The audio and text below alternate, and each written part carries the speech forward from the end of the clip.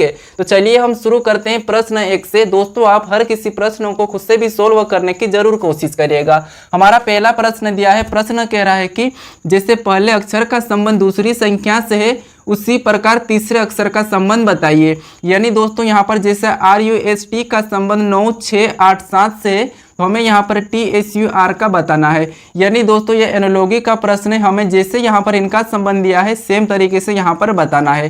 तो देखिए सबसे पहले अगर हम यहाँ पर इस प्रश्न को ध्यान से देखेंगे तो जो अक्षर यहाँ पर लिखे गए हैं वही की वही अक्षर यहाँ पर भी पलटा कर लिखे गए हैं, ठीक है। तो देखिए जैसे यहाँ पर R को इसने 9 लिखा है, U को 6 लिखा है, S को यहाँ पर 8 लिखा है, T को इसने 7 लिखा है, तो हम भी यहाँ पर T को क्या लिखेंगे 7 ही लिखेंगे। उसके बाद यहाँ पर हम S को क्या लिखेंगे तो S को 8 लिखेंगे, U को क्या लिखेंगे तो U को 6 लिखेंगे और R को क्या लिखेंगे तो R को हम 9 लिखेंगे। यानी हमारे पास यहाँ पर कोड क्या बना है तो यहाँ पर 78, 69 बना है, ठीक है।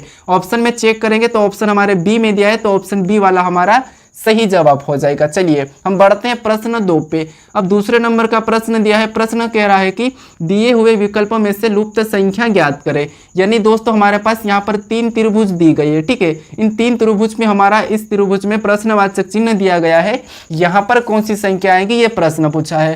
तो हमें क्या करना है, जब भी इस टाइप के प्रश्नों को सोल्व करते हैं तो जैसे अगर यहाँ पर प्रश्नवाचक चिन्ह दिया है तो इसी जगह जैसे यहाँ पर 7 कैसे लिखा है और 9 कैसे लिखा है ये पता करना है, ठीक है। जैसे ये संख्या लिखी गई है जिस तरीके से उसी तरीके से हमें यहाँ पर भी बताना है, ठीक है। तो आप पता कीजिए खुद से भी। अब देखिए यहाँ पर हमें सबसे पहले क्या करना है 9 लाना है, ठीक है। तो क्या कर सकते हैं 8 में से अगर 3 को माइनस कर देते हैं तो 8 में से 3 को माइनस करने पर कितने होते हैं 5 और 5, ठीक है। और 5 में इस 4 को जोड़ देते हैं तो कितने हो जाते हैं 9 हो जाते हैं, और 9 वहां पर दिया है, ठीक है, ये 9 दिया है।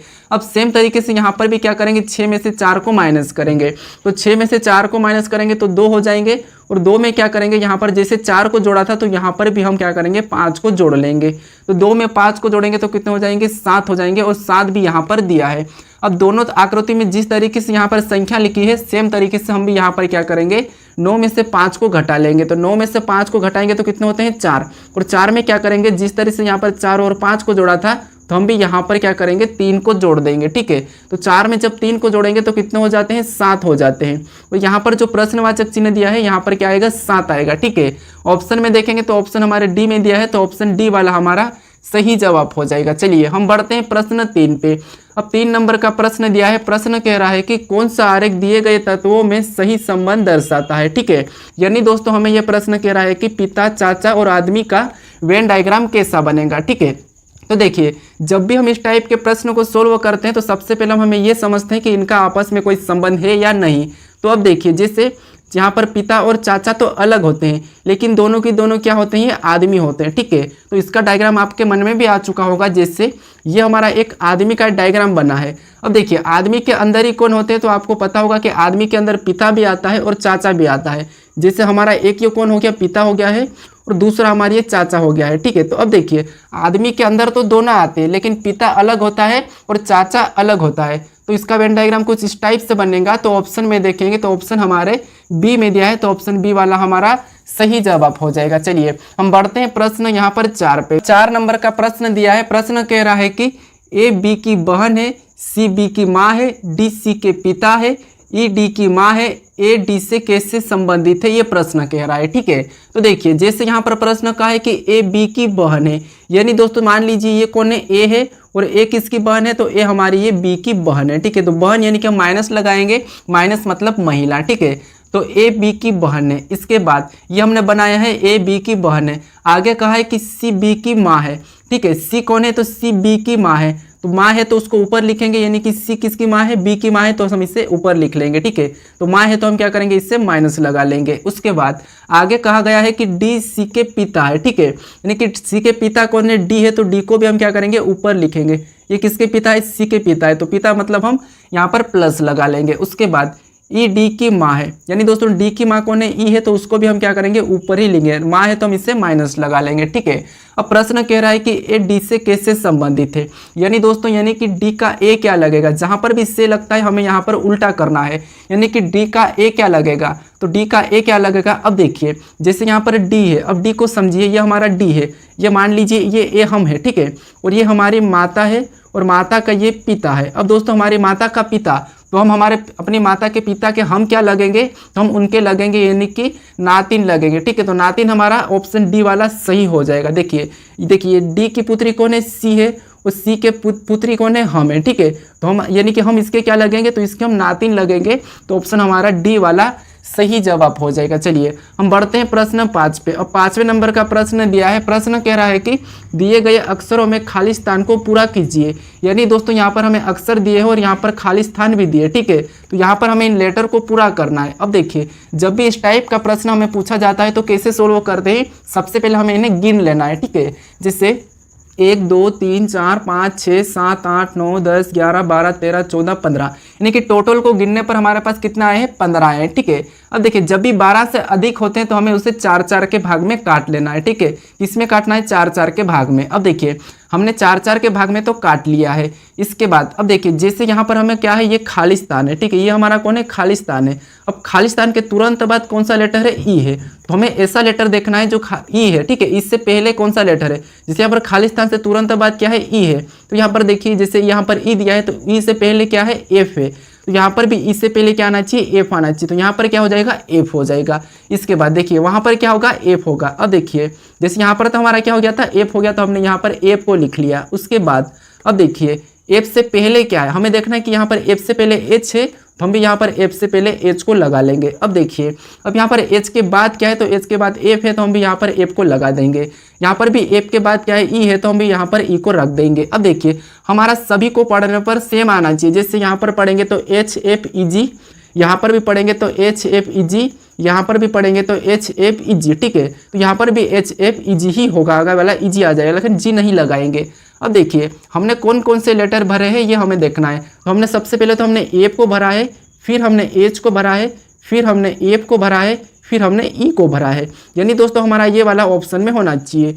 ऑप्शन में देखेंगे तो ऑप्शन हमारे यहाँ पर डी में दिया है, तो ऑप्शन डी वाला हमारा क्या होगा, सही जवाब हो जाएगा दोस्तों। ठीक है, चलिए हम बढ़ते हैं प्रश्न 6 पे। अब 6 नंबर का प्रश्न दिया है। प्रश्न कह रहा है कि दोस्तों दी गई श्रृंखला श्रेणी में प्रश्नवाचक चिन्ह के स्थान पर संख्या ज्ञात करें। यानी दोस्तों हमारे पास यहाँ पर कुछ संख्या श्रेणी दी है, तो हमें जो दोनों प्रश्नवाचक चिन्ह दिया है यहाँ पर कौन सी संख्या बटे में आएगी, ये प्रश्न पूछा है। ठीक है, ये प्रश्न इंपॉर्टेंट प्रश्न है, एसएससी में कई बार पूछा गया था। ठीक है, तो देखिए हमें जब भी इस टाइप का प्रश्न श्रृंखला में होता है तो कैसे सोल्व करना है।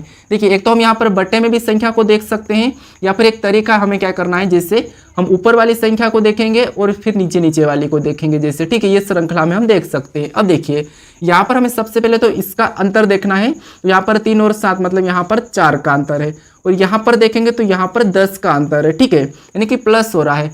ऊपर देखेंगे तो यहाँ पर 2 का अंतर है, और यहाँ पर देखेंगे तो यहाँ पर हमारा 5 का अंतर है। अब देखिए इधर नीचे 4 और 10 का है, ऊपर है 2 और 5 का। अब देखिए जैसे अगर हम यहाँ पर क्या कर सकते हैं, यहाँ पर संख्या बढ़ रही है तो हम यहाँ पर 3 का अंतर करते हैं, तो जो प्रश्नवाचक चिन्ह है यहाँ पर क्या आ जाएगा, 7 आ जाएगा। ठीक है, उसके बाद आगे हम क्या करेंगे, 4 का अंतर करते हैं, तो 7 में 4 जोड़ देंगे तो 11 तो लिखा ही है। यानी कि ऊपर ना पैटर्न तो आपको पता चल चुका होगा। नीचे देखेंगे जैसे यहाँ पर 4 का अंतर है, तो आगे हम अगर 6 का अंतर करते हैं तो देखिए 7 में 6 जोड़ेंगे तो यहाँ पर क्या हो जाएगा, 13, और आगे भी हम क्या कर सकते हैं, 8 का अंतर कर लेंगे 2 छोड़ के। ठीक है, तो देखिए यहाँ पर 13 में 8 जोड़ेंगे तो 21 भी यहाँ पर लिखा है। अब देखिए हमने क्या लिखा है, क्या भरा है, तो 7 को भरा है, और बटे में क्या भरा है, 13 को भरा है। ठीक है, तो यही हमारा होना चाहिए सही जवाब। अब देखिए जैसे यहाँ पर 2 का अंतर है, फिर 3 का अंतर है, 4 का अंतर है, 5 का अंतर है, यानी कि श्रृंखला सही है। यहाँ पर 4 का अंतर है, 6 का अंतर है, 8 का अंतर है, 10 का अंतर है, कि ये भी श्रृंखला सही है। तो इसका मतलब ये है कि इस प्रश्नवाचक चिन्ह के स्थान पर 7/13 आएगा। ठीक है, ऑप्शन में देखेंगे तो ऑप्शन हमारे डी में दिया है, तो ऑप्शन डी वाला हमारा सही जवाब हो जाएगा। चलिए हम बढ़ते हैं प्रश्न 7 पे।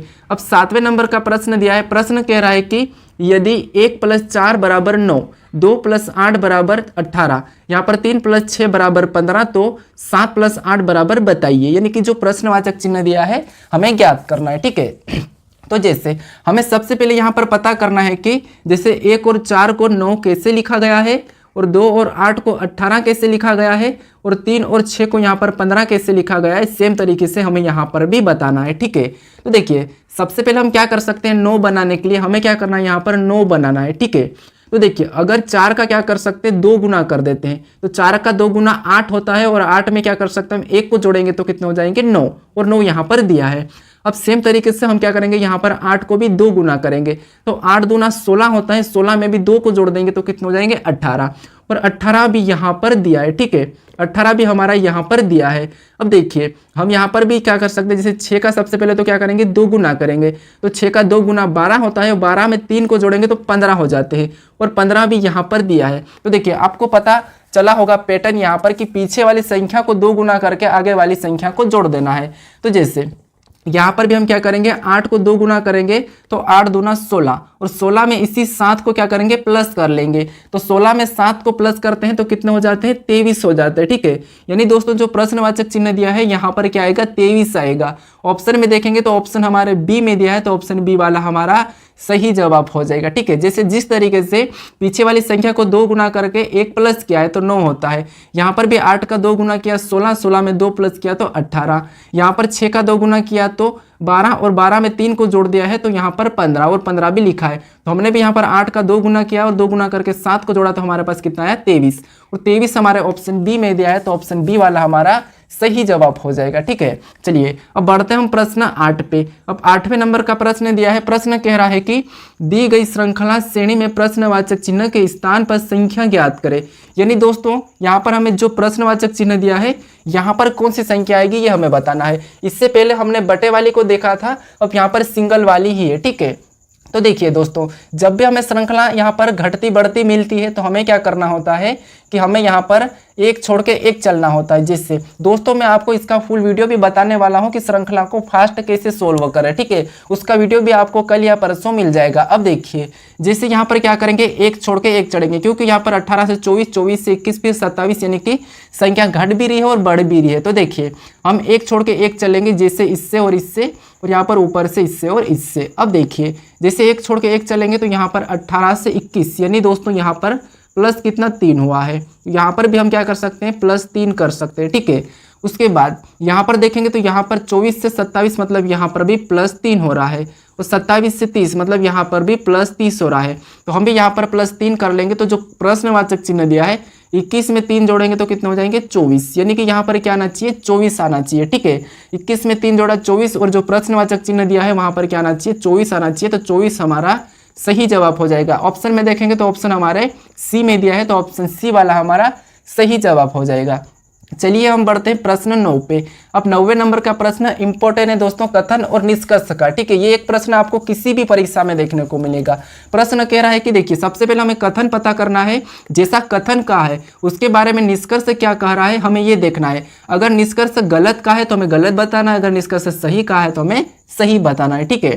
तो देखिए कथन कह रहा है कि सभी पेन सड़क है, तो हमें मानना है कि सभी पेन सड़क है, तो हमें मानना ही है कि सभी पेन सड़क है, ठीक है। तो ये अपने ओर से कुछ भी नहीं लेना है, जैसा कथन कहा है वैसा ही मानना है। क्या कहा है कि सभी पेन सड़क है। तो दोस्तों ये जो हमारा डायग्राम है ये हमारा पेन का है, ये हमारा पेन का है, और ये सभी की सभी पेन क्या है सड़क है, तो ये सड़क के अंदर आ जाएंगे, ठीक है। ये हमारा सड़क का डायग्राम बना है। इसके बाद अब देखिए सभी सड़क घर है, यानी दोस्तों ये जितनी भी सड़कें हैं ये सभी की सभी घर है, तो ये घर के अंदर आ जाएगी, तो ये ऐसा डायग्राम बनेगा, ठीक है। अब ये घर का मैं ले देता हूँ जी। अब देखिए पी का मतलब पेड़, और एस का मतलब सड़क, और जी का मतलब घर। अब देखिए इस चित्र के बारे में निष्कर्ष क्या कहा, ठीक है। कथन के बारे में निष्कर्ष क्या कहा हमें ये पता करना है। अब देखिए पहला निष्कर्ष कह रहा है कि सभी घर पेन है।